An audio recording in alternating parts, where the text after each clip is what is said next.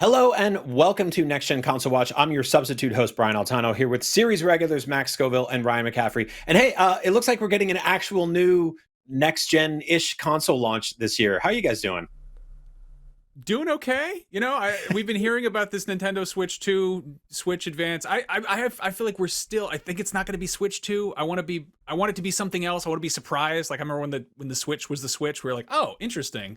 But yeah, I mean, we've been getting leaks and details left and right nonstop to the point that it's kind of on Nintendo to just finally release something. But I feel like we got the biggest details out of CES, which is interesting. Yeah, maybe?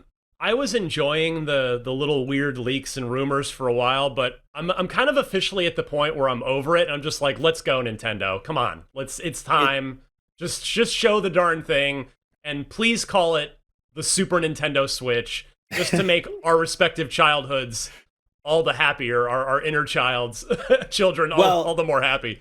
You can call it, whatever they call it, we can call it whatever we want to call it forever. I will say this is uncharacteristic of Nintendo. We've been all doing this for a long time, and they're usually on top of this. So gaming accessories maker Genki showed off a sort of 3D printed foam screened Switch 2 mock-up at the Consumer Electronics Show in Vegas this week.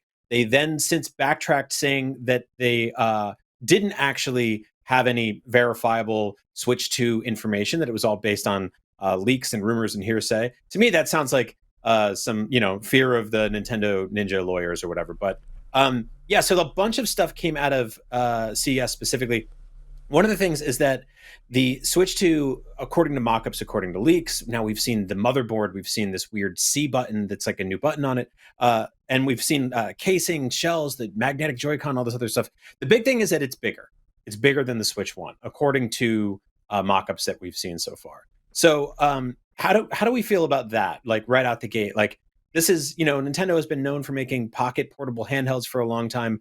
The Switch was the first time they were basically like, no, we're making like a bigger thing. Steam Deck left the station with like an even bigger thing. There was an 11-inch portable tablet revealed at with controllers on the side, revealed 4K at CES. boogie board, whatever that was. Yeah, the dinner tray. So right off the bat, we're all dads here. Like we have children with small hands. How do we feel about like the Nintendo handhelds getting potentially bigger and bigger?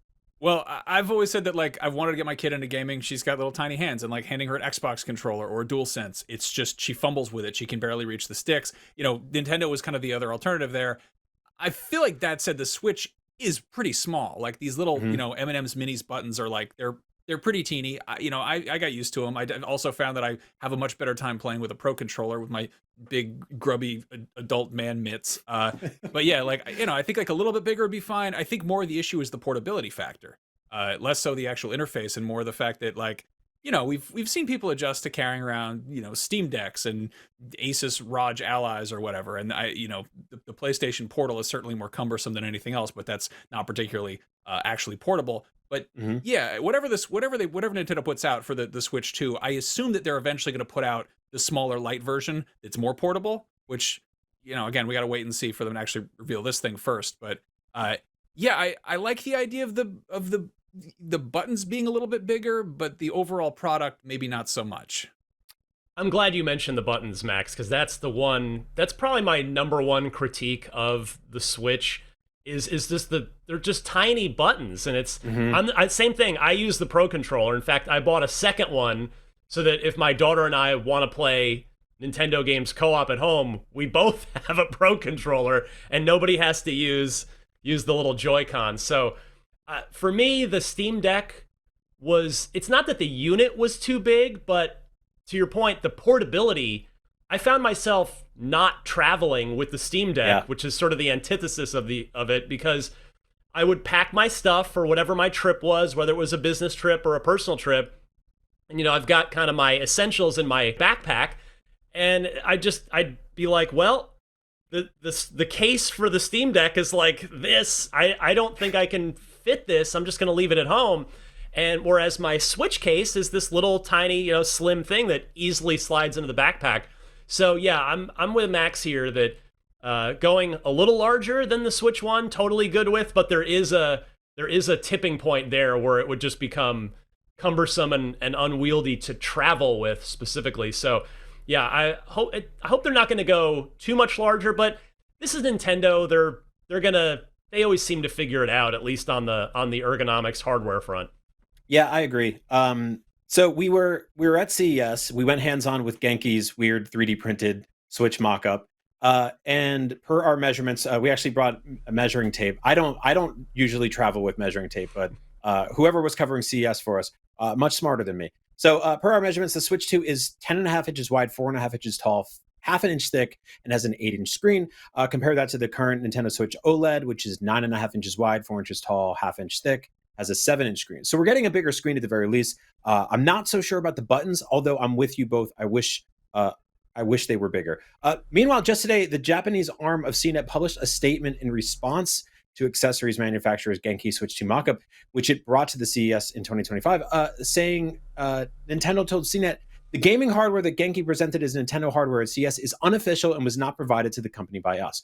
Well, yeah, of course, because Nintendo didn't just send a third-party accessory manufacturer off to a Vegas convention with a 3D printed shell. This is a funny backtrack because the initial statement was, oh yeah, no, it's based on a real Switch, 100%. And then I think they were like, oh wait, if we admit to that, that's basically admitting to receiving stolen merchandise. Yes. So maybe we just say we made it up. Let me ask you guys, just as a quick small sample litmus test, who amongst you had heard of Genki before this? So I kickstarted one of their Switch products a long time ago. Okay. They made this thing, I believe it was called the Covert Dock. It was like a tiny little thing that you could just chuck in your bag and use as a Switch dock.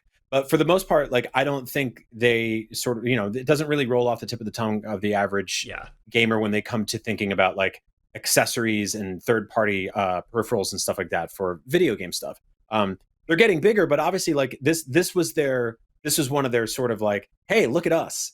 And then they turned around and said, oh, actually the thing we brought to CES was based on leaks and rumors, and they had Joycon on the show floor that they had sort of built a casing for. And so like this whole thing, I understand Nintendo's statement on this, obviously, because they're distancing themselves from getting somebody else getting the message out before they could. They want to control that messaging as much as possible. But for Genki, it's sort of like, yeah, I think the toothpaste is out of the tube here. Like, I don't know if I necessarily buy that they haven't seen anything or they don't know anything, because they were pretty confident about being like, hey, take a look at this just a few days ago. Well, and my point is that if it wasn't a premeditated publicity stunt on their part, because now their name is everywhere in gaming circles this week. I had never heard of them prior to this. If it wasn't premeditated, I think they were happy to kind of go along with it once it started, and they were like, oh, look, everybody's talking about us. Like, yeah, we had the Switch too. Yeah. So until the very real threat of God, in this case, Nintendo, came down from above, and they were like, maybe we didn't actually have a Switch 2. Yeah, famously extremely litigious company that will strike down, a Star Fox fan art. Yeah, if they want to. They remind me of Hori, or I got them mixed up with Hori, which is a accessories manufacturer that is licensed by Nintendo. Like, they do make officially Nintendo branded Switch accessories. For a second, I was like, oh boy, if these guys are they're not going to be officially licensed too much longer if they do that. But clearly, Genki was not, and they're definitely not going to be at this point. Yeah. So either way, lots of smoke, and it feels like the fire is coming very, very soon. It's there. But one of the things we did learn this week, again, theoretically, potentially, is that based on leaks, the left Joy-Con potentially might have, outside of larger SL and SR buttons, which is a start for you guys, have a weird sort of like mouse tracking system thing where you can hold it sideways, theoretically put it down on a desk or your lap or a bed or whatever, and use it as a mouse while playing Nintendo Switch games.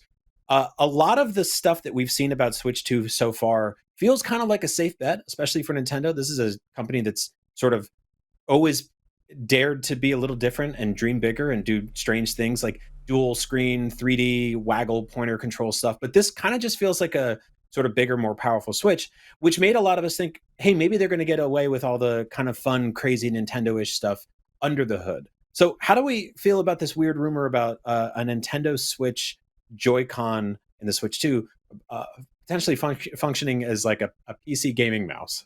I love it. I as a first-person shooter fan.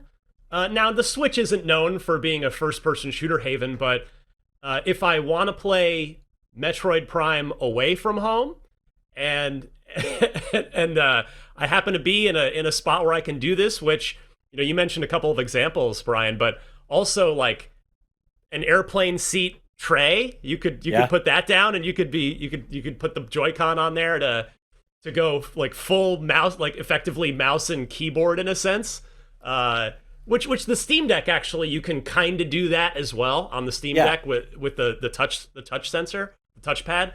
So yeah, like it could definitely open the door to a more precise first-person shooter experience, and not to mention like Civilization 7's coming out soon. I think it's coming to Switch because I think it's coming to everything.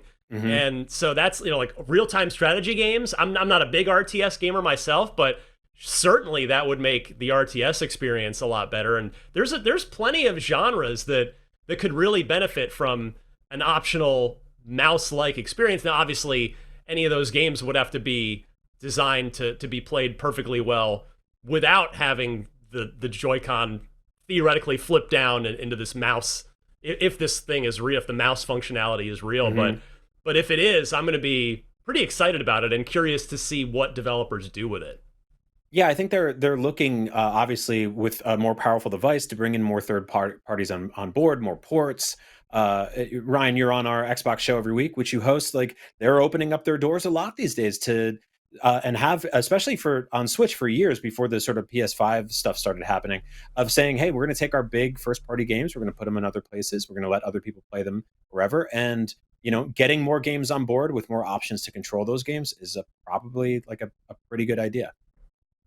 The one thing I'm excited about is the prospect of a Mario Paint 2, because Nintendo did make a mouse back in 1992 that was a peripheral for the Super Nintendo. I bought it. I remember the big box. It was amazing. Like, I mean, it came with a hard plastic mouse pad, which was a little bit odd. It had some of the best music in any Nintendo game. I love it. I can hear it in my head right now. But even better, it had a music composing suite that people have covered like every single possible song since then. Go on YouTube, mm-hmm. type in any top 40 hit of the last 30 years or whatever, and somebody's covered it, I bet you.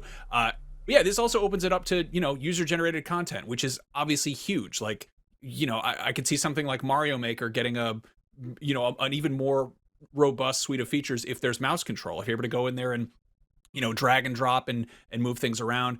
There's, so many games that rely really heavily on character, or, not character creation, but, user customization, making things in there.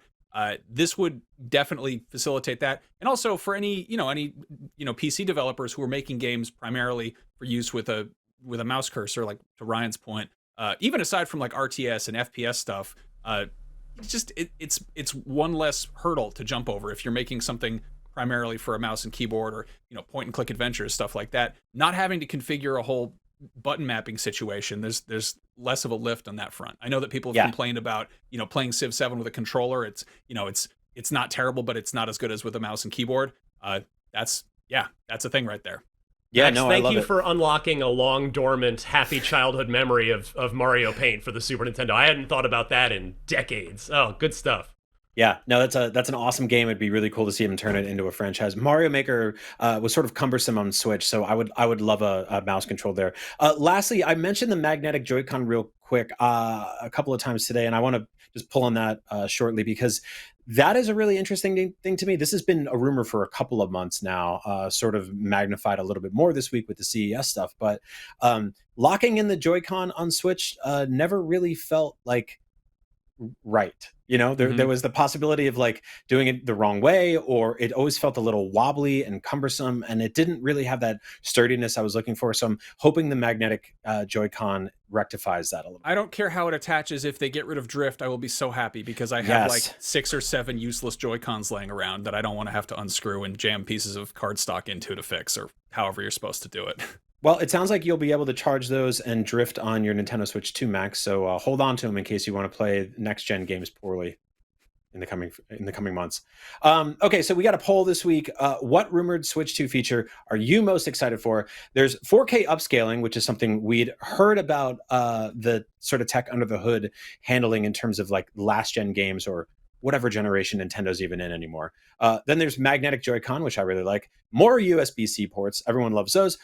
Potentially support for faster SD cards. We also got a leak this week of some additional sort of peripherals showing up in GameStop's system via Wario 64. So this thing will be able to potentially run faster SD cards. And lastly, the larger screen. So make sure to vote at IGN.com the day this episode goes live.